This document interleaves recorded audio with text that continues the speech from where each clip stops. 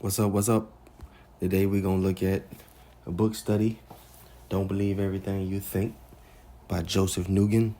Chapter 1, The Journey of Finding the Root Cause of Suffering. There's a quote, "People have a hard time letting go of their suffering. Out of a fear of the unknown, they prefer suffering that is familiar." Thich Nhat Hanh.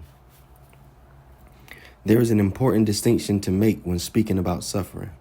When I mention suffering in this book, I'm referring to psychological and emotional suffering. There is a way in which, no matter what happens in your life, you do not have to suffer emotionally and psychologically. I'm not saying that what we go through is all in our heads or made up. Terrible and unfortunate events happen to people every single day. What I'm saying is that although we experience a lot of pain in our lives, suffering is optional. In other words, pain is unavoidable, but how we react to events and circumstances that happen in our lives is up to us, and that will dictate whether we suffer or not. Buddhists say anytime we experience a negative event in our lives, 2 arrows fly our way. Being physically struck by an arrow is painful. Being struck by a second emotional arrow is even more painful, suffering. The Buddha explained, in life, we can't always control the first arrow. However, the second arrow is our reaction to the first. The second arrow is optional. When I first heard of this quote from Buddha a few years back, I was confounded because although I understood what he meant, I didn't know how I could apply this in my own life. If anyone were given the clear choice of suffering and not suffering, I don't think anyone in their right mind would choose to suffer. How can I just choose not to suffer? If it were as easy as that, I don't think anyone would be suffering anymore. It wasn't until years later that I came across a new understanding of what suffering comes from that I was able to stop it at its source. As I began my journey of self-improvement, I came across a myriad of different teachings, studies, and methods to help people overcome their problems. I read dozens, if not hundreds of books, studied psychology, went to therapists, listened to many different thought leaders, tried changing my habits, waking up at 4 a.m., changing my diet, becoming more structured and disciplined, shadow work, studying personality types, meditating daily, going on spiritual retreats, following spiritual masters, and researching different ancient religions. If you name it, I've probably tried it. I was desperate to find an answer because I wanted to know how to stop suffering in my own life as well as help others do the same. Although some of those things did help me improve incrementally, it didn't stop my suffering. I still always felt extremely anxious, fearful, unfulfilled, irritated, angry, frustrated, and heavy every day. Even after doing all of that, I still didn't discover the answer. And if I'm being honest, I was even more lost than before I started on this quest. I felt purposeless, hopeless, directionless. I didn't know what to do anymore, where to look, or who to talk to. It wasn't until I was in my darkest hour that a glimmer of hope began to lead me to the light.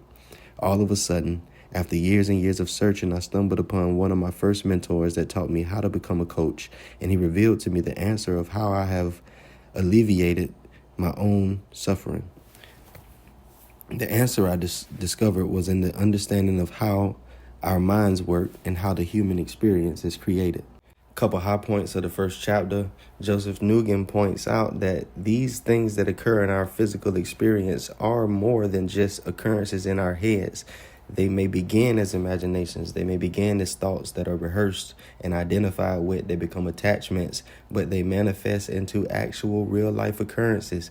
But we don't have to suffer behind the real-life occurrence. We never suffer behind what occurred. We suffer behind the definition that we apply and hold on to relentlessly. Don't think about other people. Think about yourself. Think about how you've responded in the past to somebody telling you about you.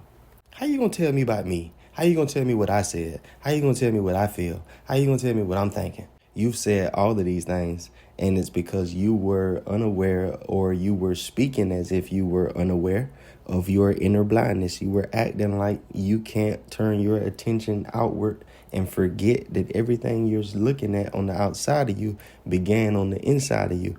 You're talking as if you have been educated, rightfully so, on the human experience and how the mind and the brain operates.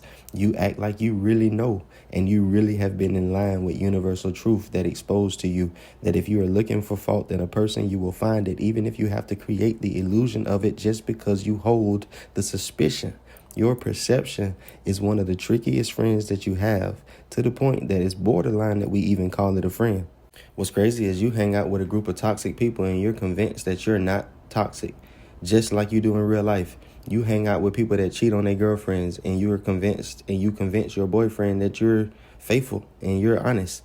You hang out with a group of men who lie and cheat and steal and manipulate everybody that they come across to get as much as they can for as little as they can afford. And you go home and convince your wife that even though that these are the flock that you run with, you are willing to do anything and everything for her and the people connected to her for the rest of her life.